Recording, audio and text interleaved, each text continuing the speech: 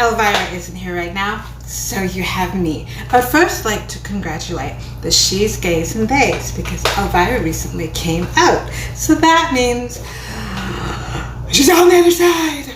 Congratulations. Alright, so I want to talk today about little known facts about Wes Craven or Nightmare on Elm Street.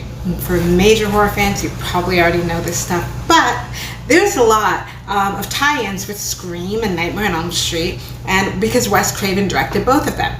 So, for example, if you're watching Scream and you hear that line where Casey Becker says that Nightmare on Elm Street 1 was the best and the rest sucked, that was kind of a dig because Wes Craven directed Nightmare on Elm Street 1, but he didn't direct any of the other ones except Wes Craven's New Nightmare, which I believe did not come out until after Scream came out, because Scream came out in '96. And as well, Wes Craven was involved in 3, but he didn't direct it. He was just kind of sort of produced, or maybe he was giving some advice or something on it. And because Heather Langenkamp is in that movie as well. She appears in 3 of the Nightmare on Elm Street movies, making her the most populated Nightmare on Elm Street girl of all Nightmare on Elm Street. So Patricia Arquette's character, Kristen, appears in the movie twice, but Patricia Arquette is not in it. She's only in the 3rd one. The 4th one is played by Tuesday Knight.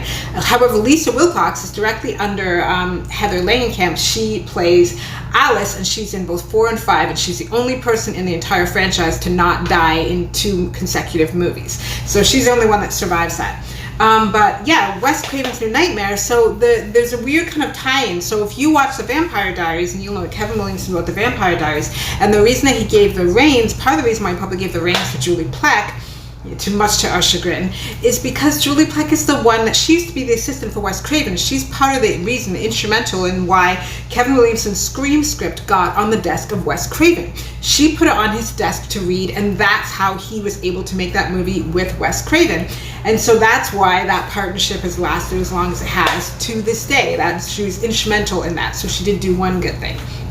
When talking about Nightmare on Elm Street, Wes Craven had got it from a cutout from a newspaper clipping he'd read about as a kid who was having nightmares. He only intended for Nightmare on Elm Street to be a one-off, but because the producers wanted to turn it into a series, that's why he had that false ending at the end. But to him, the movie fully ends when she banishes him away and says, "You have no power over me, I'm not afraid of you," and he disappears. Which I prefer that ending because I like when a final girl wins.